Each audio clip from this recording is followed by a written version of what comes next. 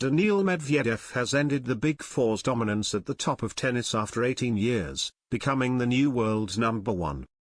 Daniil Medvedev became world number one for the first time this week, ending the Big Four's 18-year reign at the top spot.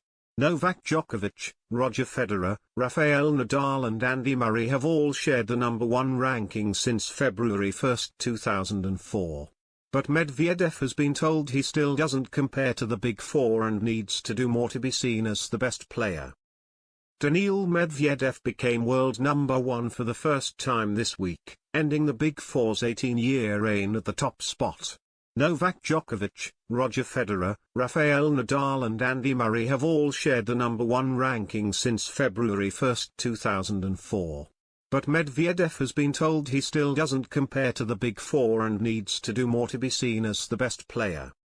I think that you can be number one in different ways, the retired pro-turned-Eurosport pundit explained when discussing Medvedev's rise to the top.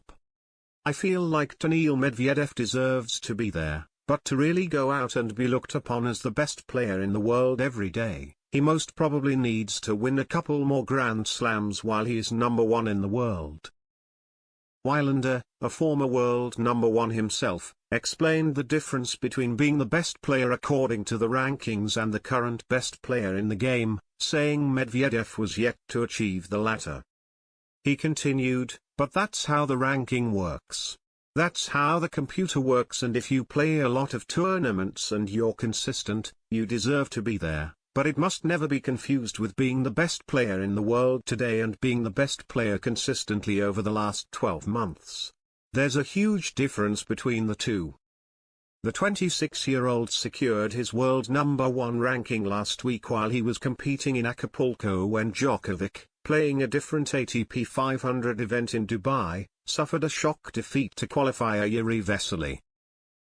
Medvedev was already safely into the quarters, defeating another qualifier in Yoshihito Nishioka to set up a mouth-watering Aussie Open final rematch with Nadal in the semi-final, but the Spaniard was the victor once again, this time getting a much more straightforward 6-3 6-3 win over the US Open champion.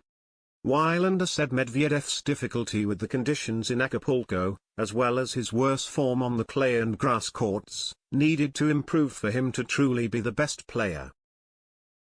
He lost to Nadal in Acapulco in very humid conditions. The tennis balls are not flying through the air as quickly as they do in Australia, and when they do hit the court, they stop skidding through the court because the surface was very slow. So in Acapulco, I can easily explain why Medvedev lost because of the conditions, he said.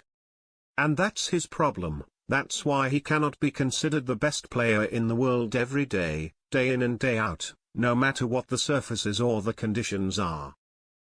Compare that to when Federer, Nadal or Djokovic were number one. Often, they were the favorite in every tournament they played, whether it's clay, hard courts or grass. That's not the case for Medvedev. While he didn't think Medvedev and his fellow young players would reach the same heights in a post-Big Three era, Wilander accepted that the game would need to move on when Djokovic, Federer, Nadal and even Murray eventually retired.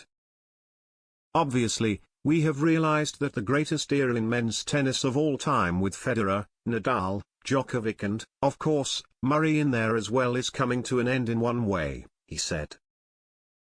One of them will most probably hold on for a few more years, but not all four of them. Medvedev, he's most probably the player that we would have guessed would get there before some other younger players like Alexander Zverev or Stefanos Tsitsipas. And to me it's natural, it's healthy for men's tennis, but it doesn't mean that the Big Four are out of the picture because they're still hanging in there and they're still very tough to beat in 3 out of 5 set matches, but it pushes them to keep going and to raise their level because I'm sure being number one in the world is still part of the goal, why the four of them are still continuing having dreams to improve and be a better tennis player.